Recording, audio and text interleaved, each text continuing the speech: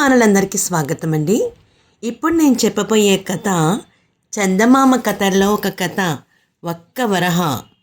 దీనిని రచించిన వారు వసుంధర గారండి. మరి కథలోకి వెళ్దామా? ఊళ్ళో నీలయ్య అనేవాడు ఉండేవాడు.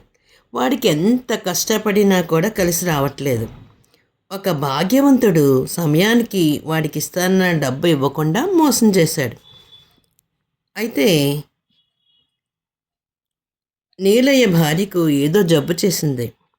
ఆ డబ్బంతా వైద్యానికి ఖర్చు అయిపోయింది.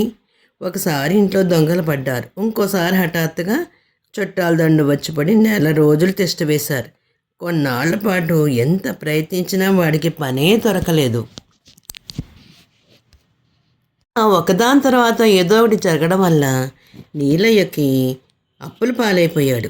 ఎప్పుడైనా అనుకున్న దానికన్నా 4 డబ్బులు ఎక్కువ దొరికినా అది వాడి అప్పులు తీర్చడానికి, వడ్డీ కట్టడానికి సరిపోతూ ఉండేది. ఈ పరిస్థితుల్లో నీలయ్యకి జీవితం అంటే విరక్తి వచ్చేసింది. ఒక రోజున వాడు భార్యకి చెప్పకుండా ఇంట్లోంచి బయలుదేరాడు. ఊరి చివర ఉన్న నదిలో దూకి చావాలని వాడు అనుకున్నాడు. దారిలో వాడికి ఒక సన్యాసి ఎదురయ్యాడు. సన్యాసి నీలయ్యను చూస్తూనే, చాలా దూరం నుంచి వస్తున్నావు, కాసేపు నా పాదాలు ఒత్తకూడదా? నువ్వు కోరిందిస్తాను అన్నాడు. నీలయ్య సన్యాసులంటే భక్తి, గౌరవం. అందువలన వాడు సన్యాసికి సేవ చేశాకే చావాలని, స్వామి నేను తమ పాదసేవ చేసుకుంటాను, తమరి నుంచి నేను ఏమీ కోరను సన్యాసిని అలాగా అని అన్నాడు. అన్న తర్వాత కింద సన్యాసి పడుకున్నాడు. పడుకుంటేనే నీలయ్య ఆయనకి చాలాసేపు పాదాలు ఒత్తాడు. సన్యాసి తృప్తి చెంది, ఏదైనా కోరుకో ఇస్తాను అన్నాడు. స్వామి కాసేపట్లో చావబోతున్నాను, నాకు కోరికలే ఉంటాయి అన్నాడు నీలయ్య. సన్యాసి వాడి కథ అడిగి తెలుసుకుందాం అనుకున్నాడు. ఆ మాత్రానికే చావడానికి ఎందుకు, దరిద్రం పోగొడతాను, ఇది తీసుకో అంటూ తన జోలిలోంచి కొంత బోడి తీసి ఇచ్చాడు. గొప్పవాళ్ళు నాకు ఇచ్చిన డబ్బే నా దరిద్రాన్ని పోగొట్టలేదు, ఈ బూడిదని నేనేం చేసుకోను అన్నాడు నీలయ్య చాలా నిరుత్సాహంతో. అప్పుడు సన్యాసి నవ్వి, నీకు లక్ష్మీ కటాక్షం లేదు, అందువలనే నీ దగ్గర డబ్బు నిలవట్లేదు. లక్ష్మీదేవి పటానికి 10 రోజుల పాటు ఈ బూడిదతో పూజ చెయ్యి, నీ కష్టాలు తొలగిపోతాయి అన్నాడు. నీలయ్యకు ఆనందంతో పాటు ఒక సందేహం కలిగింది. సన్యాసిచ్చిన బూడిద గుప్పెడు మాత్రమే, దానితో 10 రోజుల పాటు పూజ ఎలా చేయాలి? మొదటి రోజుకే బూడిద అయిపోతుంది. వాడి సందేహంని సన్యాసి చిరునవ్వు నవ్వి, నేనిచ్చింది మామూలు బూడిద కాదు, ఇది చాలా పవిత్రమైనది, ఎంతో మహిమ కలది. ఇది పూజకు ఎంత వాడినా తరగకుండా అక్షయమవుతూ ఉంటుంది. పేదరికంతో బాధపడుతుంటే వాళ్ళకి ఈ బూడిదిచ్చి సాయపడు. కానీ ఒక్క విషయం గుర్తుపెట్టుకో, అవసరం లేకుండా అత్యాశ కొద్దీ ఈ బూడిదను పూజకు ఉపయోగించే వాళ్ళకి మాత్రము ఉన్నదంతా పోయి ఈ బూడిదే మిగులుతుంది అన్నాడు. నీలయ్య సన్యాసికి నమస్కారం చేసి బూడిద తీసుకొని పరమానందంతో ఇంటికి వెళ్ళి జరిగిందంతా భార్యకి చెప్పాడు. వాడు భార్య ఎంతో సంతోషపడ్డారు. భార్య ఆ బూడిదని రాగి పాత్రలో దాచింది. అయితే పూజకు వాడింట్లో లక్ష్మీదేవి ఫోటో లేదు. ఎదురింట్లో ఒక భాగ్యవంతుడున్నాడు. పటం కోసము నీలయ్య ఆయన ఇంటికి వెళ్ళాడు. భాగ్యవంతుడు నీలయ్యను కారణం అడిగి తెలుసుకుని ఇంట్లోంచి లక్ష్మీదేవి పటం తెచ్చి, ఏడాది క్రితం ఈ పటానికి అద్దం బద్దలైపోయింది, నువ్విప్పుడు బూడిదతో పూజ చేస్తే ఈ పటం మీద బొమ్మ పాడైపోతుందని నా భయం, అలా జరిగితే మాత్రం నువ్వు కొత్త పటాన్ని ఇవ్వాలి అని అన్నాడు. నీలయ్య అందుకు ఒప్పుకొని పటం తీసుకుని ఇంటికి వెళ్ళాడు. వాడి భార్య జరిగిందంతా విని, మళ్ళీ మనకు ఇలాంటి ఫోటో దొరకపోవచ్చు, అదీ కాక అంత అందమైన బొమ్మకు బూడిద పాడు చేయడంతో నాకు ఇష్టం లేదు, దీనికి అద్దం కట్టించేద్దాము అన్నది. నీలయ్య ఆ ఫోటోని తీసుకుని అద్దాలు కట్టేవాడి దగ్గరికి వెళ్ళాడు. వాడు నీలయ్యతో, నాకొక వరహ ఇవ్వు, లేదా నా ఇంట్లో 10 రోజుల పాటు వరుసగా పనిచెయ్యి, అప్పుడే అద్దం కడతాను అన్నాడు. డబ్బు లేని కారణంగా నీలయ్య వాడి ఇంట్లో పని చేయడానికి ఒప్పుకున్నాడు. అద్దాలు కట్టే అతను వాడి చేత 5 రోజులు పని చేయించుకుని ప్రస్తుతానికి నా ఇంట్లో పని లేదు, 2 రోజులాగి మళ్ళీ రా అన్నాడు. 2 రోజుల తర్వాత నీలయ్య అతని ఇంటికి వెళ్ళాడు. అద్దాలు కట్టేవాడు వాడిని చూసి నవ్వి, గుర్తుంచుకో, నువ్వు వరుసగా 10 రోజులు పని చేయడానికి ఒప్పందం అయితే 5 రోజులు చేశాక 2 రోజులు పని చేయలేదు కాబట్టి మళ్ళీ ఈ రోజు నుంచి వరుసగా 10 రోజులు పని చేయాలి. అప్పుడే నీ ఫోటోకి అద్దం కడతాను అని అన్నాడు. చాలా అన్యాయం అంటూ గోలెత్తాడు నీలయ్య. మరి ఇందులో అన్యాయమేముంది, ఒప్పందమే అన్నాడు అద్దాలు కట్టేవాడు. అతడి దగ్గర కుదుర్చుకున్న ఒప్పందం ప్రకారము పని చేయడము ఈ జన్మకు సాధ్యపడదని నీలయ్యకి అర్థమైపోయింది. నీలయ్య వరహా కోసం మరొకటి దగ్గరకు వెళ్ళాడు. మా ఇంటి పెరట్లో పాముల పుట్టుంది, అందులో తాచుపాములున్నాయి. నువ్వు ఆ పొట్టను నేలమట్టం చేసి ఆ పాములను చంపితే ఒక వరహా ఇస్తానన్నాడు ఇంటివాడు. ఆ పని నా వల్ల ఎలా అవుతుంది? పాముల వాడిని పిలిపించండి అన్నాడు నీలయ్య. అయితే ఆ వరహా పాముల వాడికే ఇస్తాను, నీకెందుకు ఇవ్వాలి అన్నాడు ఇంటివాడు. అది చాలా అన్యాయం అన్నాడు నీలయ్య దిగులుగా. అందుకు ఇంటివాడు, నా ఎదురింటి భాగ్యవంతుడే ఏడాది నుంచి ఒక వరహా ఇచ్చి ఈ పటానికి అద్దం కట్టించలేకపోయాడు. నేనెంత ధనవంతుణ్ణి కాదు, పేదవాణ్ణి, ఊరికే వరహా ఎక్కడి నుంచన్నా తేగలను అని ప్రశ్నించాడు చాలా కటువుగా. ఇక చేసేది లేక నీలయ్య వడ్డీ వ్యాపారి పాపయ్య దగ్గరికి వెళ్ళాడు. ఆ పాపయ్య పరమ కర్కోటకుడు. అతను నీలయ్య చెప్పింది విని, నీవిప్పుడే నీకు వరహా ఇచ్చి సహాయపడతాను, అయితే 4 రోజుల్లో నువ్వు బాకీ తీర్చాలి. వడ్డీగా వరహా ఇవ్వాలి. అలా చేయలేకపోతే నీ భార్య యావజ్జీవితము నా ఇంట్లో బానిసగా పడి ఉండాలి అన్నాడు. ఆ షరతు దారుణం అనిపించింది నీలయ్యకు. వాడింటికి వెళ్ళి విషయం అంతా భార్యకి చెప్పాడు. ఆమె వెంటనే మనసులు రక్షించరని రుజువైంది. దేవుణ్ణి నమ్ముకుందాం, సన్యాసి మాట నిజమైతే 10 రోజుల్లో మన దరిద్రం తీరిపోవాలి, వెళ్ళు, పాపయ్య షరతు కప్పుకో అని భర్తకు ధైర్యం చెప్పింది.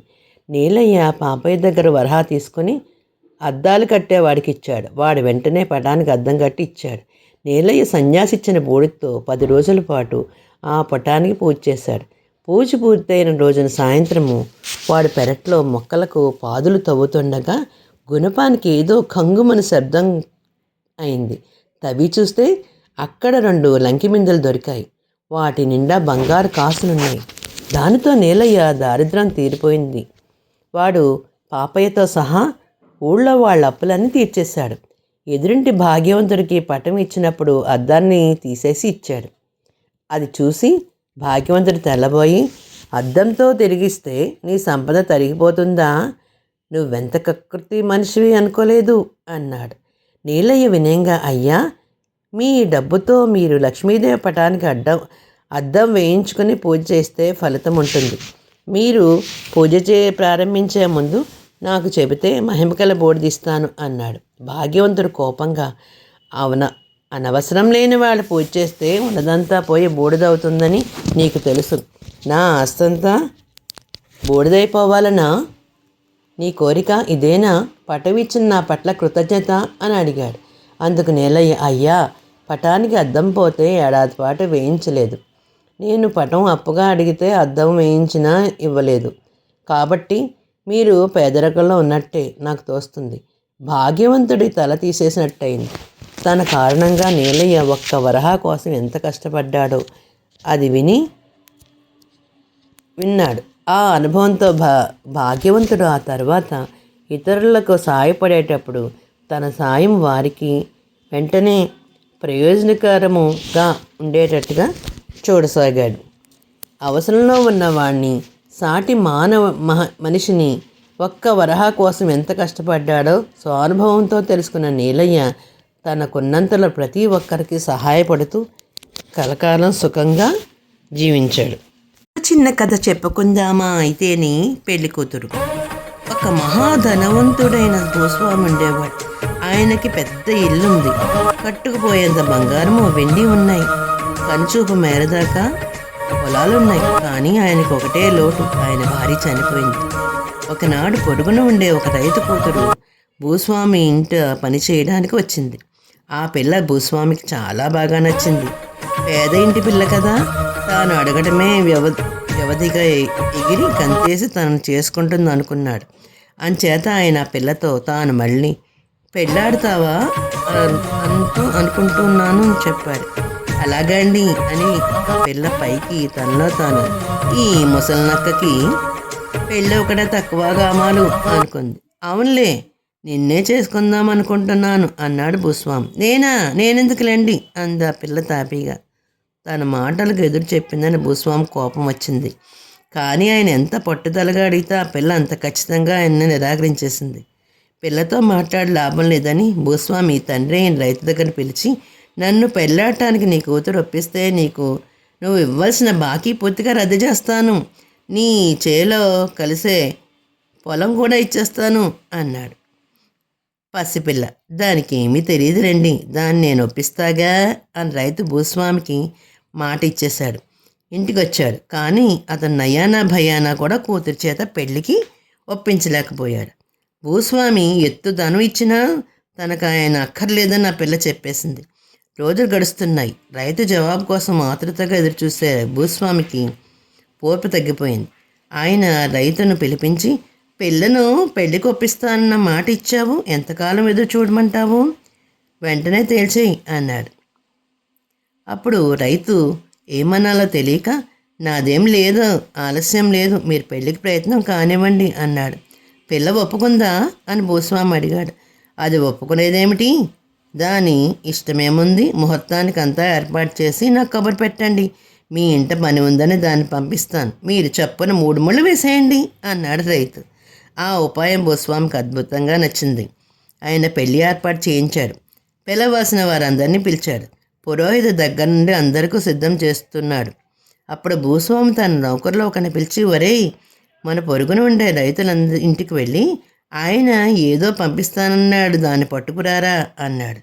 నౌకరు కుర్రాడు రైతు ఇంటికి వెళ్ళి, దండాలండి, తమరు మా దొరగారింటికి ఏదో పంపిస్తానారట, వెంటనే తీసుకురమ్మన్నారు అన్నాడు. అదిగో ఆ బీడులో ఉన్నది, వెంట పట్టుకెళ్ళి అన్నాడు రైతు. నౌకరు కుర్రాడు బీడు పరిగెత్తుకు వెళ్ళి అక్కడ పచ్చిగడ్డి కోస్తున్న రైతు కూతుర్ని చూసి, మా దొరగారింటికి మీ నాన్నగారు ఏదో పంపిస్తాన్నారట, వెంట పోతాను అన్నాడు.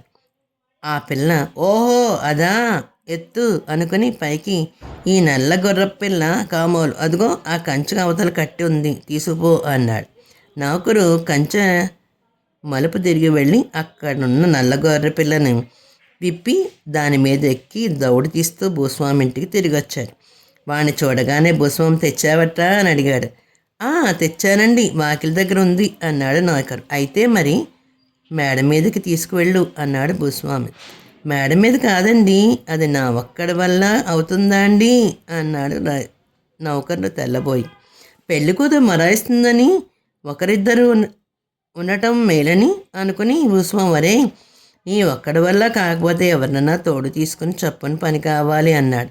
నౌకరు మరి కొందరు కలిసి గొర్రె పిల్లని ముందుకు నుంచి లాగుతూ వెనక్కు తోస్తూ ఎలాగైతేనేమి మెట్లెక్కించి మేడ మీద గదిలోని తెచ్చారు. పైకి చేరవేశానండి, చచ్చాడంత పనైంది అన్నాడు నౌకరు కుర్రవాడు తిరిగి వస్తూ. నీ శ్రమ ఉంచుకోనులే, నువ్వు దాన్ని అలంకరించుకొని అక్కడ ఉన్న మన ఆడంగులతో చెప్పు అన్నాడు యజమాని. అదేమిటి ధర అన్నాడు నౌకరు ఆశ్చర్యంతో. నువ్వు ఇప్పుడు మాట్లాడడంతో దానికి చీర కట్టి నగలు పెట్టమను, దండ తాళిబొట్టు మరిచారు అన్నాడు భూస్వామి. భూస్వామి ఏమనుకుంటున్నాడంటే పెళ్ళికూతురు వచ్చింది అనుకుంటున్నాడు. నౌకరు వెళ్ళి దాసి జనంతో, ఇదిగో మీరంతా వెళ్ళి గుర్రపిల్లని వెంటనే పెళ్ళికూతురుగా తయారు చేయాలి, ఇది దొరగారి ఆజ్ఞ, చూడవచ్చిన వాళ్ళందరికీ కడుపు చెక్కలయ్యేలా పోవలసిందే అన్నాడు. దాసీలు వెళ్ళి గుర్రపిల్లను చేయవలసినవన్నీ చేసి పెళ్లి కూతురిని చేశారు. నౌకరు కుర్రవాడు కిందకు వెళ్ళి తన యజమానితో, బాబుగారు అదంతా సిద్ధం అన్నాడు. బేష్, అయితే చూస్తానేం, చప్పున దాన్ని కిందకు తీసుకురండి అన్నాడు భూస్వామి ఉత్సాహంగా. మెట్ల మీద టకటగా శబ్దమైంది. గుర్రము మెట్లు దిగి పెళ్లి చావుడిలోకి వచ్చేసరికి అతిథులు ఆహుతులు కిలకలు నవ్వారు. క్రమంగా ఆ నవ్వులే పెద్ద ఉప్పెనైపోయాయి. భూస్వామి రెండో పెళ్లి ప్రారంభం కాకముందే నవ్వుల పాలై పూర్తయిపోయింది. పెళ్లి చూడవచ్చిన వారంతా ఎవరి దారిన వారు వెళ్ళిపోయారు. పాపం ఈ మానవుడు పెళ్లి మాట స్మరిస్తే ఒట్టు. చూసారా మరి, ఒక చిన్నపిల్లని వివాహం చేసుకుంటే ఆమె ఎంత తెలివిగా చేసిందో చూసారా మరి.